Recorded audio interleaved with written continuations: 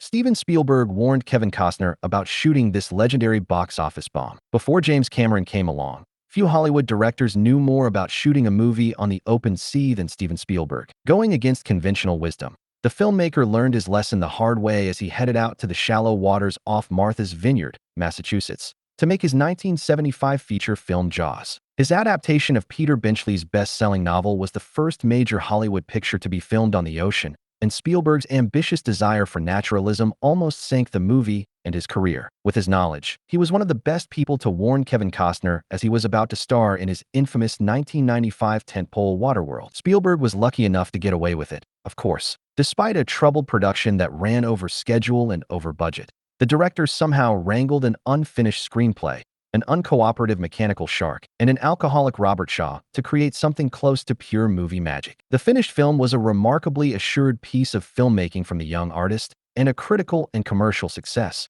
not only becoming the first true summer blockbuster, but also earning an Oscar nomination for Best Picture. Spielberg later confessed during an interview with Ain't It Cool News. Almost 20 years after Jaws, Spielberg tried to pass his hard-won wisdom on to Costner and director Kevin Reynolds as they embarked on Waterworld. But the two Kevins didn't want to listen. Kevin Costner's hubris set him up for a fall with Waterworld. Waterworld had fairly humble beginnings in the mid-1980s.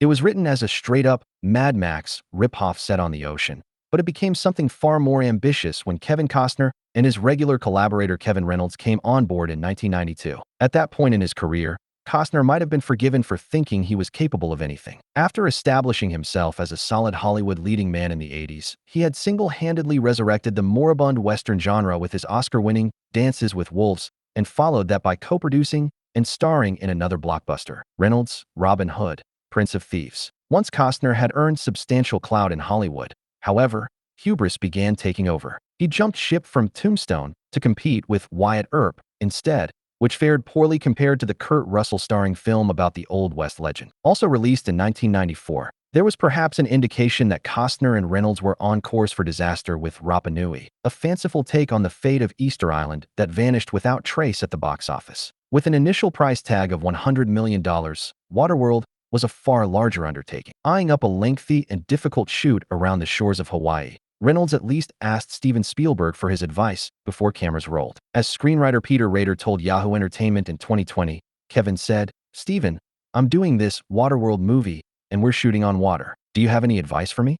And Spielberg was unequivocal. "Do not shoot on water. You're going to need a couple of shots on water, so use second unit for that. Do all of your coverage in a tank or a stage." The Waterworld shoot was very long and expensive. Undeterred by Steven Spielberg's advice, Kevin Reynolds and Kevin Costner pushed ahead with shooting Waterworld on the Pacific Ocean. What followed became a tale of production hell to rival that of 1990 SXS, The Island of Dr. Moreau. At the start of the shoot, a hurricane leveled a very expensive set built for the movie's opening action sequence where the Deacons, Dennis Hopper, sea pirates lay siege to a fortified atoll where the heroic mariner, Kevin Costner, reluctantly picks up Helen, Jean Triplehorn, and her MacGuffinish daughter Enola, Tina Majorino, who has a map to dry land tattooed on her back. Further production setbacks, including poor safety conditions, bad weather, and difficulties shooting on open water, resulted in the shoot ballooning from an expected 96 days to over 150, with Costner beavering away 6 days a week for the duration. The lengthy delays and high running costs also saw the budget skyrocket to around the $175 million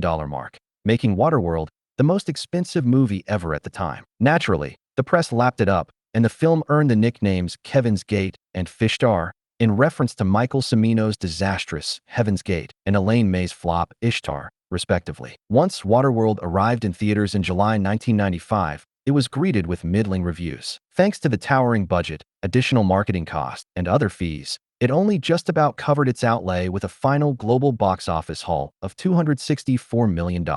Overall, it was a poor return for such a huge amount of time, effort, and money, and the film became regarded as one of the worst bombs of the 90s. Perhaps the moral of the story is that if Spielberg offers you advice, you should take it.